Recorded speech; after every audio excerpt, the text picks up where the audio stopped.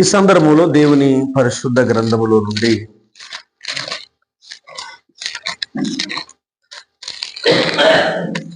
విలాప వాక్యములు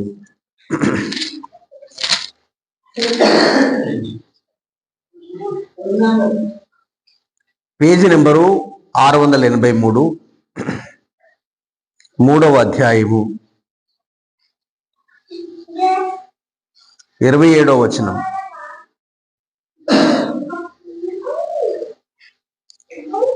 మూడవ అధ్యాయము 27వ వచనం, పేజీ నెంబరు 683. యవన కాలమున కాడి మోయుట నరునికి మేలు. అందరు తీసుకోనండి. 683వ పేజీ, 3వ అధ్యాయము 27వ వచనం. రాసుకునే వాళ్ళు రాసుకుంటే శ్రద్ధగా. యవన కాలమున కాడి మోయుట నరునికి మేలు, అతని మీద దాన్ని మోపినవాడు యెహోవాయే. తర్వాత కీర్తనల గ్రంథం 119,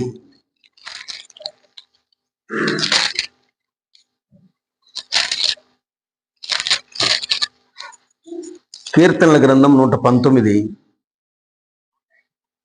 9వ వచనాన్ని చదువుతున్నాను చూడండి. 9వ వచనం.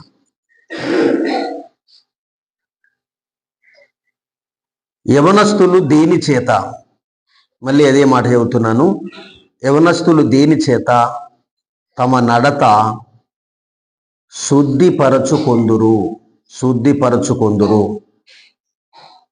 నీ వాక్యమును బట్టి దాన్ని జాగ్రత్తగా చూసుకొనుట చేతనే కదా. 3వ వాక్యాన్ని కూడా రాసుకోనండి. ప్రసంగి గ్రంథము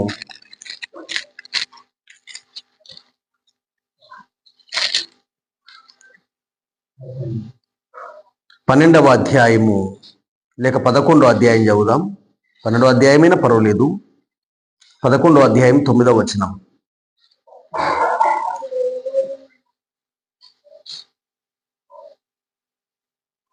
పేజీ నెంబర్ 562, 9వ వచనం. యవనుడా, నీ యవనమందు సంతోషపడుము, నీ యవన కాలమందు నీ హృదయము సంతుష్టిగా ఉండనేమో. నీ కోరిక చొప్పునను నీ దృష్టి యొక్క ఇష్టము చొప్పునను ప్రవర్తింపుము. అయితే వీటిని బట్టి దేవుడు నిన్ను తీర్పులోనికి తెచ్చునని జ్ఞాపకము ఉంచుకొనుము. 10వ వచనం కూడా అవుతున్నాను. లేత వయస్సును నడిప్రాయమును గతించిపోవునవి గనుక నీ హృదయములో నుండి వ్యాకులమును తొలగించుకొనుము, నీ దేహమును చెరుపు దానిని తొలగించుకొనుము. ప్రార్థన చేసుకుందాం. సర్వాధికారి జీవము గల తండ్రి, చదవబడిన వాక్యం దీవించండి. 3 వాక్య భాగాలు మేము చదువుకోవడానికి సహాయం చేసినందుకు స్తోత్రాలు. ఇంత చక్కటి వాక్య సందేశాన్ని మాకు అనుగ్రహించినందుకు స్తోత్రాలు. ఈ వాక్యం ద్వారా మాతో మాట్లాడమని యేసు ప్రభు పేరట వేడుకుంటున్నాం తండ్రి. ఆమేన్. దరిదాపు 25 నిమిషాల సమయం ఉంది. శ్రద్ధగా దేవుని వాక్యాన్ని ఆలోచన చేయండి.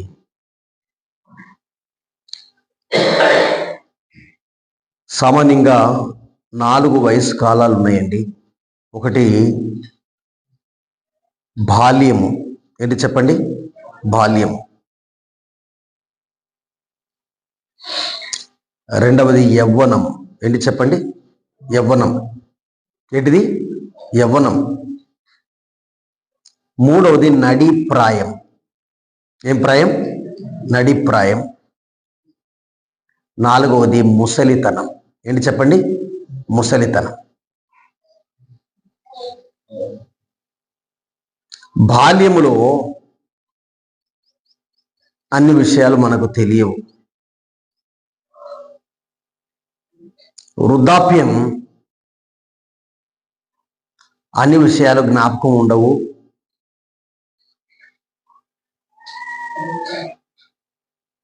నడి ప్రాయం విసుగుతో, అపజయాలతో, అనారోగ్యాలతో,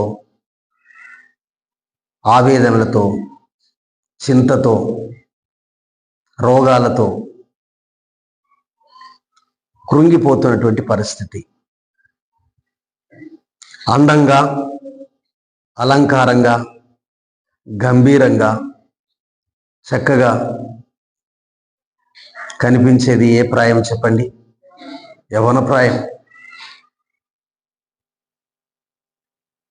బలం ఉండేది యవ్వన ప్రాయం. సౌందర్యం, పురుషులైతే హ్యాండ్సమ్ అంటారు, స్త్రీలనైతే బ్యూటిఫుల్ అంటారు. ఏమంటారు చెప్పండి? బ్యూటీ అంటాం కాదు. బ్యూటీ అనేది పురుషులకు వాడం కదా, స్త్రీలనేమైతేనేమో బ్యూటీ అంటాం. రమ్యత, స్వచ్ఛత, అందం, అలంకారం, ఆకర్షణ ఏదైనా కావచ్చు. యవనస్తులైన హ్యాండ్సమ్ అంటాం. బలం ఉండేది యవనములోని.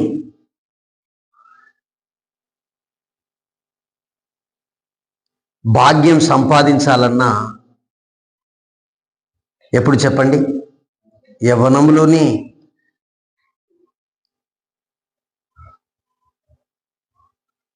యవ్వన కాలం ప్రయోజనకరమైనది. యవ్వన కాలం ప్రయోజనకరమైనది. అదే యవ్వన కాలం ప్రమాదకరమైనదండి.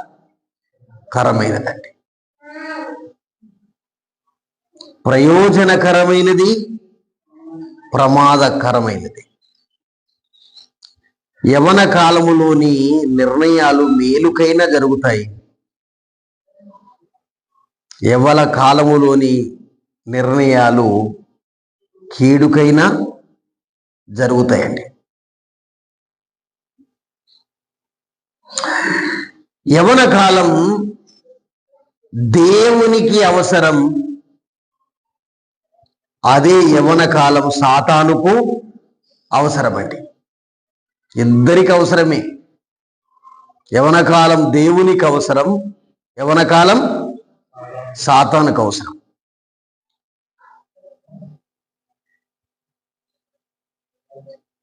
యవనుల తనములో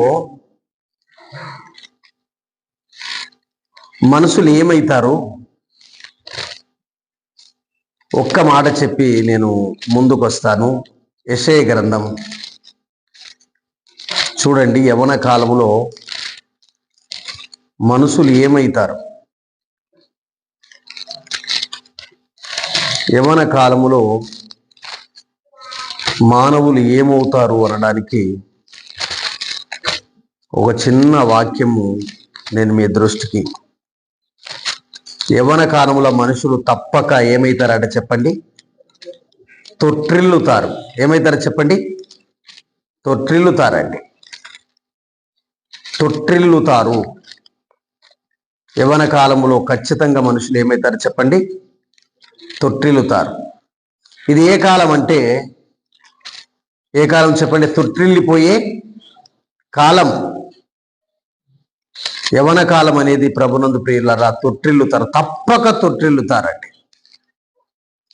యవ్వన కాలములో తప్పక మనుషులు తొట్టిల్లుతారు. అంటే తొట్టిల్లేటువంటి కాలం. కొందరు ఒక మాట చెప్తారు చూడండి, పడుసు అనేది పెడుసు అట్నండి. పడుస్తనం ఎలాంటిది? పెడుసు అనేది మీకు తెలుసో తెలియదో కానీ కొన్ని కట్టెలు ఇట్లా పడితేనే టప్మని ఏమైతే చెప్పండి? ఇరిగిపోతాయి. నారను ఇట్లా చీరాలంటే దాంట్లో ఏతనం మెత్తతనం ఉండాలి, కానీ పెడుస్తనం ఉండొద్దు. అరికట్ట అనేది ఇట్లా వేసేటప్పుడు పెడుస్తనం ఉండకూడదు. పడుసుతనం అనేది ఏ తనం చెప్పండి? పెడుసుతనం. తర్వాత ఎందుకనో సమయం మనకు వెళ్ళిపోతుంది, అయినా కొన్ని మాటలు చెప్పక తప్పదు. Teenage is very dangerous time and 13 చూపులు వేరు, 14 వేరు, 15 వేరు, 16 వేరు, 17 వేరు, 18 వేరు, 19 వేరు. ఈ టీన్లో కొన్ని అలవడితే టీ టీ టీ 20, 30, 40, 50, 60, 70 దాకా ఇక అది కొనసాగుతాయండి. వాటిని విడిచిపెట్టుకోవడం చాలా కష్టం. టీంలో కొంత జాగ్రత్త వహించాలండి. Teenage very dangerous age. మంచి చెప్పడితే ఎవ్వరికి ఆ సమయంలో ఏం కాదు చెప్పండి, నచ్చదు. మంచి చెప్పబోతుంటే అసలే నచ్చదండి. మంచి చెప్పబోతుంటే ఆ సమయం నచ్చేది కాదు. ఉండమంటే ఉండడు, రమ్మంటే రాడు, పొమ్మంటే పోడు, ఆగుమంటే ఉండమంటే ఉండడు, రమ్మంటే రాడు, పొమ్మంటే పోడు, ఆగుమంటే ఆగడు. ఇదే ప్రాయములో దేవుడు ఈ ప్రాయాన్ని కోరుకుంటున్నాడండి. యవన కాలమున కాడి మోయుట నరునికి మేలు. యవన కాలమున ఒకసారి చెప్పండి, ఏంటి విలాప వాక్యములు ఎన్నో అధ్యాయం? 3వ అధ్యాయం ఎన్నో వచనం? 27వ వచనం. యవన కాలమున కాడి మోయుట నరునికి మేలండి.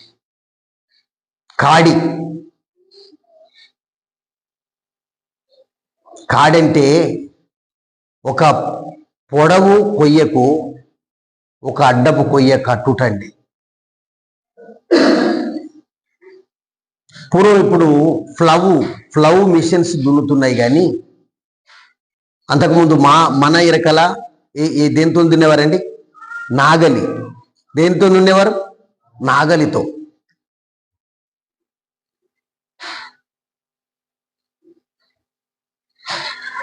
దినమంతా దుక్కిలి వేసేటప్పుడు ఈ కాని మెడకు కడితే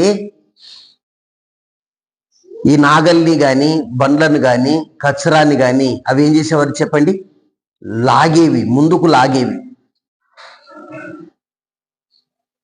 నేను కొన్ని ఎడ్లను చూసినాను, ఇట్లా వేసిన తర్వాత వాటికి బరిత అయితే లేకుంటే పని చేయొద్దు అనుకుంటే లండెడ్లు, లండు అందరు వాటిని, ఇక్కడ కూడా అదే అందరూ ఏం కథనో నాకు తెలియదు, కానీ లండెడ్లు మొండెడ్లు ఏం చేస్తుంటాయి అంటే కానిని ఏం చేస్తాయి? తప్పించుకుంటాయి. కానిని ఏం చేస్తాయి? తప్పించుకుంటాయి. కానిని తప్పించుకుంటాయండి, అక్కడిదక్కడనే పడిపోతాయి. యవన కాలములో కాడి మోయాలండి. ఒక ఎద్దు కాడి మోసింది అనేది మనకి ఎప్పుడు తెలుస్తుంది అంటే, దీన్ని ఏమంటారు చెప్పండి? శిరస్సు భాగం, ఇరుసు భాగంలో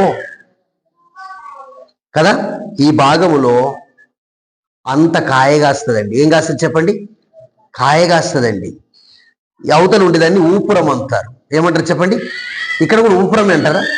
ఇక్కడ దీన్నేమో మెడ అంటారు. ఈ మెడ భాగం అది వంచి మోస్తుంది కనుక ఇక్కడ కాయగాస్తుందండి. తర్వాత కానికి అలవాటైన ఎద్దు, బైబిల్లోనే ఉంది, ఇవన్నీ నేను చెప్పలేను. కాడికి అలవాటైన ఎద్దట కాడి ఎత్తకంటే ముందు ఇట్లా లాపుతుంటే, ఇట్లా పైకి లేపుతుంటే దానంతట అది ఏం చేస్తాడు చెప్పండి? దానంతట అది ఏం చేస్తాడంటే మెడను వంచుతుంది. ఏం మోయడానికి? భారాన్ని మోయడానికి.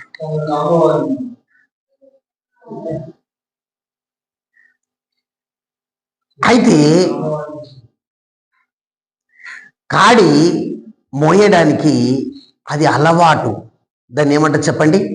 అలవాటు. ఇది ఖచ్చితంగా నేను చేయాలని దానికి చేసి చేసి చేసి చేసి ఏమవుతుందంటే చెప్పండి, అలవాటు అవుతుంది. అలవాటు.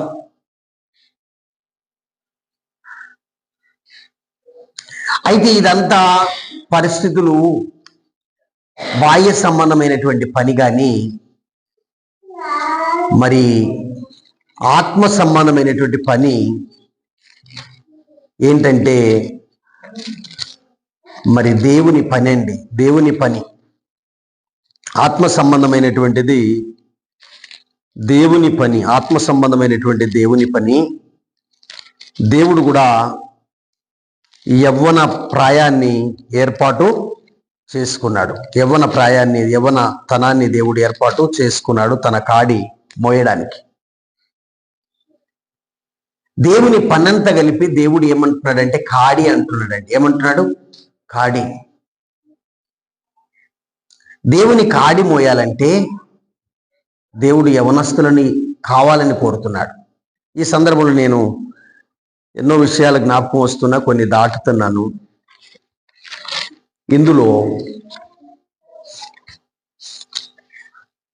యోహాను రాసినటువంటి మొదటి పత్రికలు చూడండి. నేను ఎంపిక చేసుకోవడానికి కొంత ఆలోచన చేస్తున్నాను కనుక చదవగానే గ్రహించండి. 2వ అధ్యాయం 2వ అధ్యాయము 2వ అధ్యాయంకి రండి.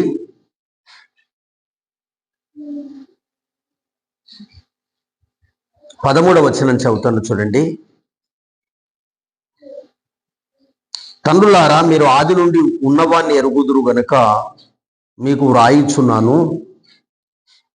యవనస్తులారా, మొదటి పత్రిక 8వ అధ్యాయం 2వ అధ్యాయం 8వ వచనం 14వ వచనం చూడండి. 13వ వచనంలో యవనస్తులారా, మీరు దుష్టుని జయించి ఉన్నారు. జయిస్తారు కాదండి, జయిస్తారు కాదు, జయించి ఉన్నారు గనుక మీకు వ్రాయుచున్నాను. దుష్టుని జయించే కాలం ఏ కాలం చెప్పండి? చెప్పండి, అందరూ చెప్పండి. ఏ కాలం? యవ్వన కాలం. దుష్టుడు అంటే సాతానండి. దుష్టుడు అంటే ఎవరు? సాతాను. సాతాను జయించే కాలం అట. ఏ కాలం? యవ్వన కాలం అండి. తర్వాత మళ్ళీ ఒక మాట చెప్తాను చూడండి. 14వ వచనంలో, చిన్నపిల్లారా, మీరు తండ్రిని ఎరిగి ఉన్నారు కనుక మీకు రాయిచున్నారు. తండ్రులారా, మీరు ఆది నుండి ఉన్నవాన్ని ఎరిగి ఉన్నారు కనుక మీకు రాయిచున్నాను. యవనస్తులారా, మీరు ఎవరన్నారు చెప్పండి? బలవంతులు. ఎలాంటి వారు చెప్పండి? బలవంతులు. యవనస్తులారా, మీరు బలవంతులు. దేవుని వాక్యం, అయ్యా దేవుని వాక్యం, అందరూ చెప్పండి, దేవుని వాక్యం మీ యందు నిలుచుచున్నది. నిలిచి ఉన్నది కాదు, జయించి ఉన్నారని రాసినటువంటి ఆయన ఇక్కడ ఏం రాశాడంటే నిలుచుచున్నది. అయ్యా, ఈరోజు దేవుని వాక్యం చదవడానికి కళ్ళు ఫ్రెష్. ఎంత మంచి కళ్ళు ఉంటాయండి. ఇప్పుడు నన్ను ఒక ఆయన పాల్ గాంధీ గారని 1990లో ఏమన్నాడంటే, అయ్యా, దేవుని వాక్యం 20 అధ్యాయాల చదువు, 30 అధ్యాయాల చదువు, 50 అధ్యాయాల చదువు. ఏ కాలంలో చదువు? యవ్వన కాలం.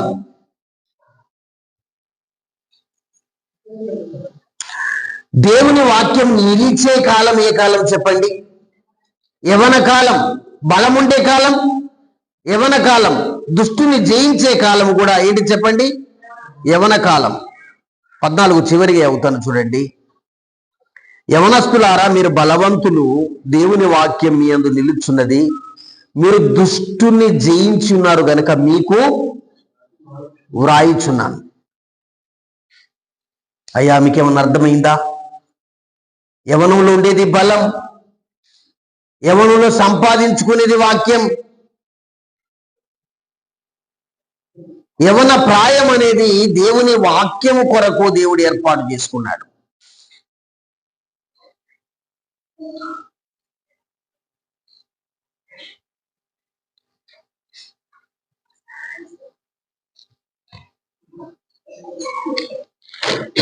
ఇంకొక చిన్న మాట నేను మీతో జ్ఞాపకం చేస్తాను. కీర్తనల గ్రంథం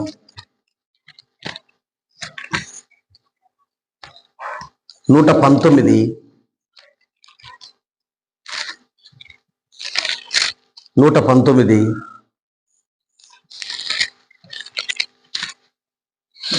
కీర్తనల గ్రంథం 119 అధ్యాయములో 119లో మనం ఇంతకుముందు ఏ వచనం చదువుకున్నాం చెప్పండి? ఎన్నో వచనం? Very good, correct. యవనస్తులు దేని చేత తమ నడతను శుద్ధిపరచుకుంటారు? యవనస్తులు దేని చేత తమ నడతను శుద్ధిపరచుకుంటారు? నీ వాక్యమును బట్టి జాగ్రత్తగా చూసుకుంట ద్వారా. యవనస్తులు ఏం పరచుకోవాలి చెప్పండి? శుద్ధిపరచుకోవాలి. శుద్ధి.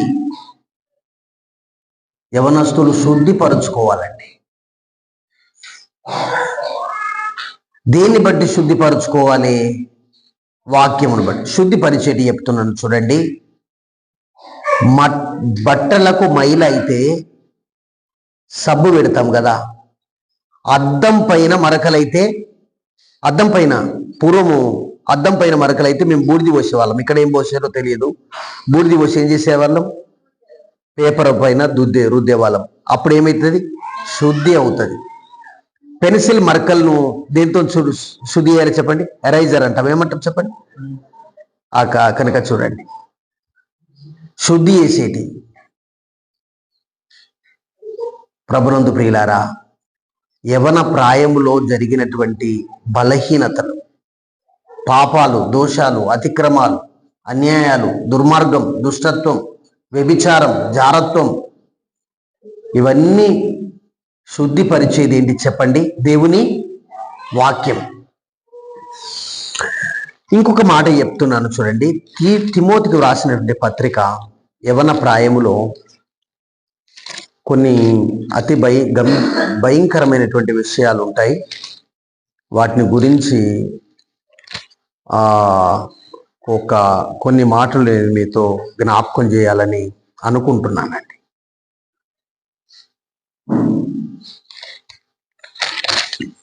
తిమోతికి వ్రాసినటువంటి మొదటి పత్రిక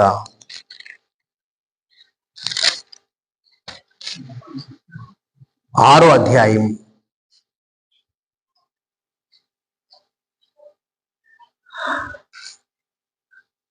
11వ వచనం చూడండి. యవనుడా లేక దైవజనుడా, నీవైతే వీటిని విసర్జించి నీతిని, రెండవది భక్తిని, మూడవది విశ్వాసమును, నాలుగవది ప్రేమను, ఐదవది ఓర్పును, ఏడవది సాత్వికమును సంపాదించుకొనుటకు ఏం పడమంటుండే చెప్పండి? మళ్ళా నేను వాక్యాన్ని ఎక్కువగా పొడిగించడం లేదు కనుక మీరు చెప్పండి. ఈ యవన ప్రాయంలో సంపాదించుకోవలసింది చెప్పండి. 11వ వచనం చూసి చెప్పండి, చూడక కాదు. ఒకటి నీతి సంపాదించుకో, రెండవది భక్తి సంపాదించుకో, మూడవది విశ్వాసం సంపాదించుకో, తర్వాత ఏం సంపాదించుకో? ప్రేమను సంపాదించుకో, తర్వాత ఓర్పును సంపాదించుకో, సాత్వికను సంపాదించుకో.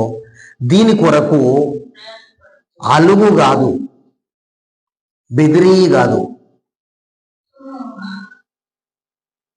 దీని కొరకు ఏం పడమంటుంది చెప్పండి? ప్రయాసపడు.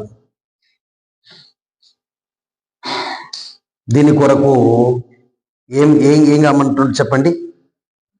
ప్రయాసపడుము. దీని కొరకు ప్రయాసపడు. 5వ అధ్యాయం ఇందులో చూడండి. 5వ అధ్యాయంలో 14వ వచనం ఎక్కువ చదవను, ఇక్కడ చూడండి. కాబట్టి యవ్వన స్త్రీలు బాగా ఎదుకొని డిగ్రీలు సంపాదించుకుంటే ఉద్యోగం కూడా అవసరమే, కానీ మీరు ఏం చేసుకోమంటుండే చెప్పండి? వివాహం చేసుకోనండి, తర్వాత ఏం కానండి? పిల్లలు కానండి, తర్వాత ఏ పరిపాలన చేయండి? మీకు హోమ్ మినిస్టర్ ఏ మినిస్టర్ చెప్పండి? Home minister. ఏ మినిస్టరు అయ్యా? మీరు ఏం కాదు, మీరు ఇప్పుడు చెప్పుకోర్రి. మీరు వీళ్ళు ఏ మినిస్టర్లు? మీరు ఇంటికాడ హోమ్ కాడ మినిస్టర్లు కాదు అయ్యా, వీళ్ళు హోమ్ మినిస్టర్లు. అయ్యా అంకుల్ మీరు గట్లంటారు, వాళ్ళని హోమ్ మినిస్టర్ అని వద్దురి, మరి మాకేం మినిస్టర్ లేదంటే మీరేమో ప్రైమ్ మినిస్టర్లు. మీరే మినిస్టర్లు చెప్పండి? వీళ్ళు వీళ్ళు ఏ మినిస్టర్లు? Prime ministers. మీరందరూ ఎవరు చెప్పండి? హోమ్ మినిస్టర్లు. కనుక ఇవాడికి ఇంటికాడ మనదేమో బజార్లు అక్కడిక్కడ ఉండాలి, కానీ ఇంటికాడ పెద్దరికం ఒలది ఉండాలి చెప్పండి? ఒలది ఉండాలి.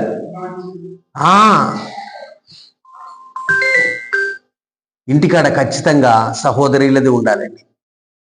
ఏం బాగా మాట్లాడుతున్నావు అంటే మరి ఇంకెక్కడ మాట్లాడతారు పాపం?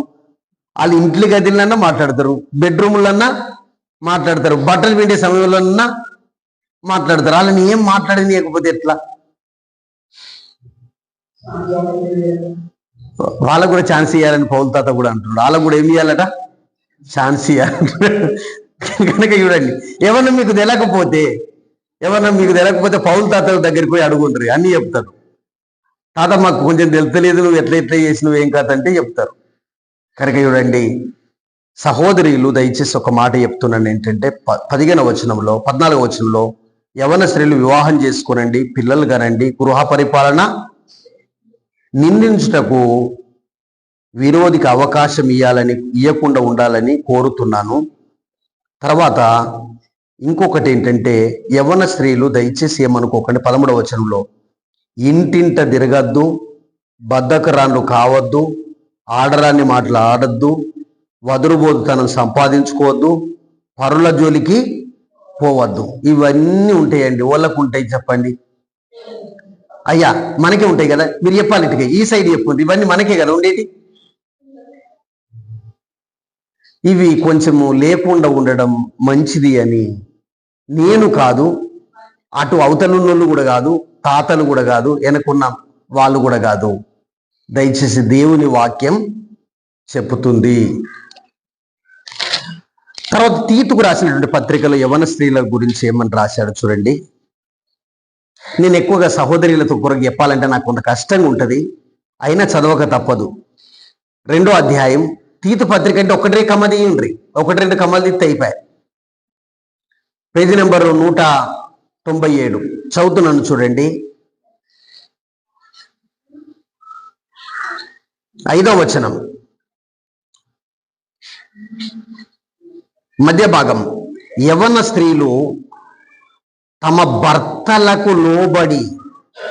అమ్మా మీకు ఆ వచనం దొరికిందండి. యవన స్త్రీలు అంటే ఓలకు లోబడి. అయ్యా మీరు ఛాన్స్ తీసుకోవాలి ఇప్పుడు. యవన స్త్రీలు ఓలకు లోబడి, భర్తలకు లోబడి తమ భర్తలను శిశువులను ప్రేమించేవారటండి. అయ్యా భర్తలను శిశువులను ఏం చేయాలి? ప్రేమించేవారు.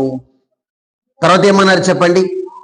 స్వస్థ బుద్ధి గలవారు, పవిత్రులు, ఇంట ఉండి వాళ్ళు ఏం చేయాలి చెప్పండి?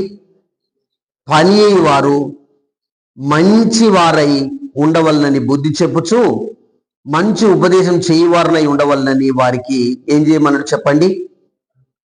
బోధించండి. ఇప్పుడు మీరు అడ్వాంటేజ్ తీసుకోవచ్చు. ఇంట్లోండి పని చేయమంటే ఏమేమో మాట్లాడుతున్నావు ఇది అనద్దు దయచేసి. ఇంట్లోండి పని చేయమని వాక్యం చెప్తుంది, కానీ పని ఫ్రై చేసేటప్పుడు ఏదైనా కనీసం యువతల పక్క ఉండి వంకాయలు టమాటాలు ఇవన్నీ కోసే పని ఉంటుందా? ఈ సన్నగా నాకు ఈ మధ్యలో టీవీలో అయితే చిక్ చిక్ చిక్ చిక్ అరే ఇట్లు ఎత్తుర్రు అనిపిస్తుందండి. ఇట్లా ఒక బౌల్ వస్తుంది, అవి ఫ్రై అయినట్టు వస్తుంది. ఒక్క నిమిషం ఇట్లా అరే ఎట్లా కడిగి ఎత్తుర్రు ఇల్లు అనిస్తుందండి. ఇట్లా వేసిన తర్వాత కొన్నిసార్లు వంటల్లో చూడండి, వాషింగ్ మిషన్లు వచ్చినాయి, కానీ మిషన్లో కూడా కొన్ని వేసే పని మనం కూడా తీసుకోవాలి. నేను వేసి వచ్చినంటే వాళ్ళకి ఎంత సంబరం. అది కొంచెం 3వ నెంబర్ మీద పెట్టినాను అన్నాం అనుకో ఇంకా సంబరం. నువ్వు వండుకో, నేను ఇటుకై కూడా దింపినాను అనుకో వాళ్ళకి ఎంతో సంబరం. ఆ బాగా తిరిగిన నీళ్లను దాదాపు అటుకై చేసిన ఉల్లారం వచ్చినప్పుడు ఆ 3 థ్రెడ్లు మనకున్నాయి కదా, ఈ ఉత్తరం దక్షిణం నేనేసిన, తూర్పు నేనేసిన, పడమటికి నేనేసిన అన్నాం అనుకోండి.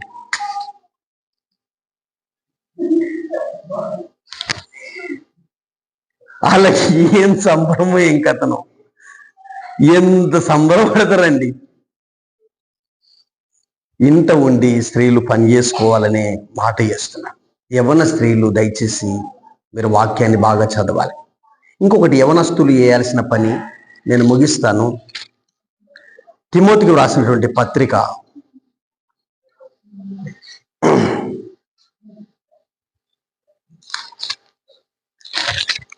2వ పత్రిక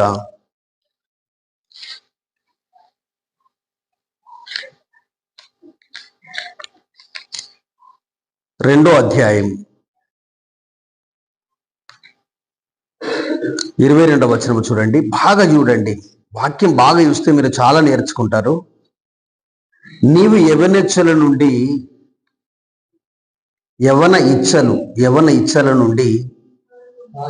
ఏం చేయమంటుండే చెప్పండి? పారిపో. నలుగురు వచ్చి కొడుతుండ్రంటే పారిపోవాలి, కానీ ఇక్కడ ఇంకొక మాట చెప్తాడు. యవనిచ్చల నుండి ఏం చెప్పుకుంటున్నాడు? పారిపో. యవనిచ్చల నుండి పారిపో, పవిత్ర హృదయులై ప్రభువును ప్రార్థన చేసేవారు ఉంటారు కదా. యవనిచ్చల నుండి పారిపో, పవిత్ర హృదయంతో కొందరు ప్రార్థన చేసేవారు ఉంటారు కదా. వారితో వచనం చూడండి, వారితో కూడా నీతిని, విశ్వాసమును, ప్రేమను, సమాధానమును వీటిని వెంటాడము. వాటి నుండి ఏమేం చేయి? పారిపో. ఇప్పుడు వెంటాడాల్సినవి చెప్పండి. వెంటాడాల్సినవి మీరు చెప్పాలి. ఒక మాట చెప్పండి. వెంటాడాల్సినవి ఏంటి చెప్పండి? నీతిని, విశ్వాసమును, ప్రేమను వీటిని ఏం చేసుకో? వెంటాడు. పారిపోవలసింది ఏంటిది?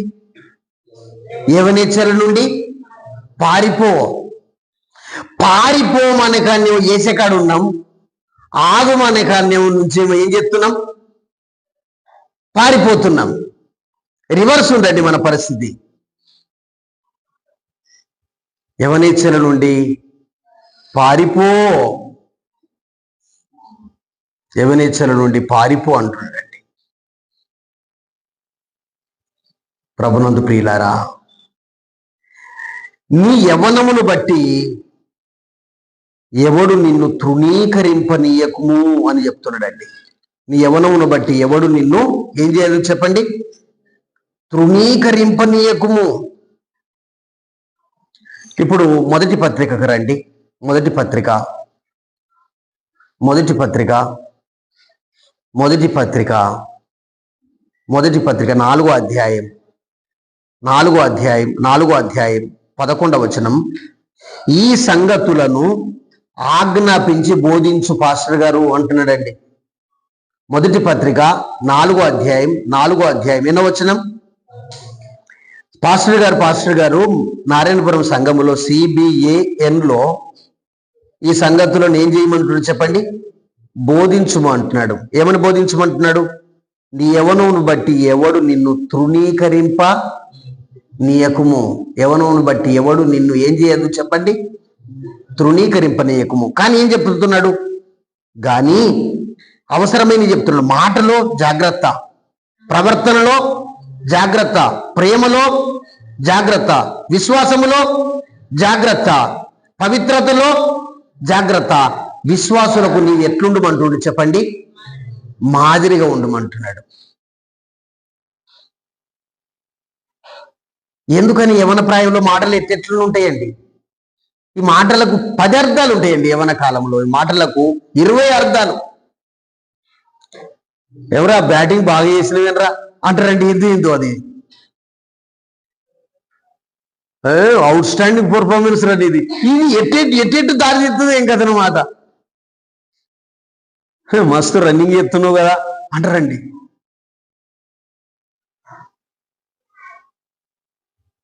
మాటలు జాగ్రత్త, విశ్వాసం జాగ్రత్త, పవిత్రత జాగ్రత్త, పరిశుద్ధత జాగ్రత్త. ప్రభునందు ప్రియులారా, దేవుని కృప, నేను ఒక చిన్న అవకాశం తీసుకుంటున్నాను. యవ్వన తలములో దేవుని నమ్ముకోవడానికి దేవుడు నాకు అవకాశం ఇచ్చిండండి. అసలు చిన్నతనములో నమ్ముకోవడానికి అవకాశం ఇచ్చిండు. ఇప్పుడు నేను ఒక్కటి ఖచ్చితంగా చెప్పగలుగుతున్నాను, ఇంకొక 5-6 సంవత్సరాలు దాటితే నేను యవనస్తుని కూడా కాదు. ఎంత మంచి పని అయిందండి యవనం అనేది. ఐ హ్యావ్ సేఫ్, నేను కాపాడుకోవడానికి ప్రభు అవకాశం ఇచ్చిందండి. ఒక కేసు లేదు, ఒక పోకేరు చేష్టలు లేవు, ఒక అల్లరి లేదు, ఒక అసూయ లేదు. ఇవి మనం చెప్పుకొని దేవుని తక్కువ చేస్తాం. కానీ ఈ యవ్వన ప్రాయం అనేది దేవునికి ఇయ్యాలండి. ముసలితనం దేవునికి ఇయ్యలేం, బాల్యతనము దేవునికి ఇవ్వచ్చు, కానీ అది మనకు ఎక్కువగా అర్థం కాదు. యవ్వన కాలం అనేది దేవునికి ఇవ్వాలండి. భక్తి కొరకియు, ప్రార్థన కొరకియు, విశ్వాసం కొరకియు, వాక్యం కొరకియు, ప్రయాసం కొరకియు.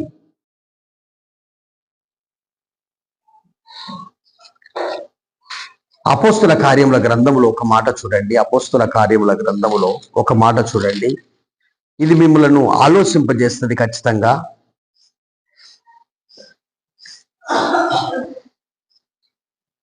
16వ అధ్యాయం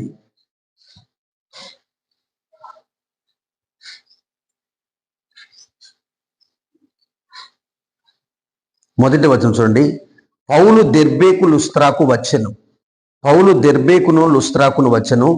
అక్కడ తిమోతి అనే ఒక శిష్యుడు ఉండెను. ఒక శిష్యుడు ఎవరు ఉండేని చెప్పండి? తిమోతి. ఆయన ఎవరంటే చెప్పండి? శిష్యుడు. ఈ యవన ప్రాయంలో ఏ పని చేయాలి చెప్పండి? టీచర్ పని చేయొద్దు, ప్రీచర్ పని చేయొద్దు. ఏ పని చేయమంటాడు చెప్పండి? శిష్యుడు. శిష్యుడు అంటే అర్థం ఏంటి చెప్పండి? చెప్పినవన్నీ చేసేవాడు శిష్యుడండి. తర్వాత మళ్ళీ ఇంకో మాట అవుతుంది చూడండి. అతడు విశ్వసించిన యూదురాలి, అబ్బా, అతని తండ్రి గ్రీసు దేశస్థుడు, లుస్త్రలో, ఇకోనియ 2 సంఘాల్లో సహోదరుల వల్ల యవన ప్రాయములో ఏ పేరు పొందేటట్టు చెప్పండి? ఏ పేరు? అయ్యా, యవన ప్రాయంలో ఏ పేరు రావాలి? యవ్వన ప్రాయంలో మంచి పేరు అయితే సత్యదాకా ఏ పేరు ఉంటుంది చెప్పండి? మంచి పేరే. నువ్వు తర్వాత మారిన కానీ ఆడు ఏమనుకోకండి దయచేసి. ఇది నేను ఎట్లా చెప్పాలో తెలియదు. అప్పుడు ఆగిండారా, అప్పుడు ఇన్నడారా, అప్పుడు వేసిండారా అనేది ఇప్పుడు తర్వాత మారినే కానీ కొన్నిసార్లు ఏమంటారంటే అది ఓదు. కనుక దయచేసి యవ్వన ప్రాయములో ఏ పేరు సంపాదించుకోవాలి? ఏ పేరు? మంచి పేరండి. నీతి, విశ్వాసం, భక్తి, ప్రేమ, పరిచర్య, సహవాసం, ఇవన్నీ యవన ప్రాయములో మనం సంపాదించుకోవడానికి ప్రయత్నం చేయాలండి. తల్లులకు ఒక మాట చెప్తున్నాను చూడండి. తల్లులకు, నా భార్య తల్లి, మీ తల్లులకు ఒక మాట చెప్తున్నాను. తల్లులు చదవండి. తల్లులు ఒకటి చదవండి. కీర్తనల గ్రంథం. తల్లులు మాత్రమే చదవండి. తల్లులు మాత్రమే చదవండి.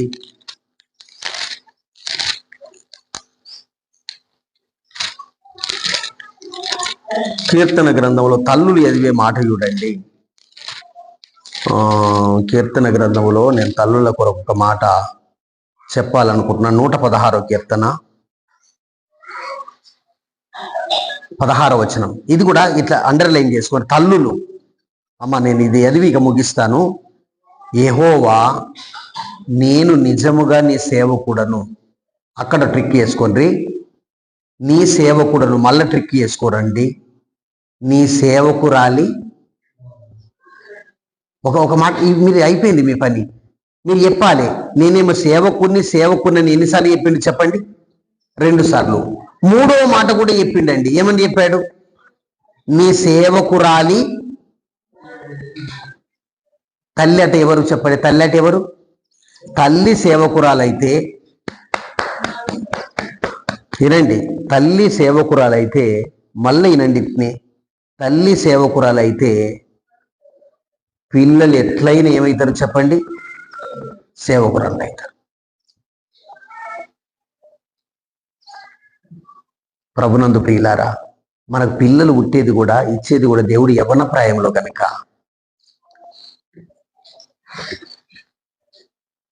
మార్గరెట్ మేరీ ప్రార్థన చేసేటప్పుడు, అదే పిల్లలు పుట్టేటప్పుడు 4 పిల్లలు పుట్టారు.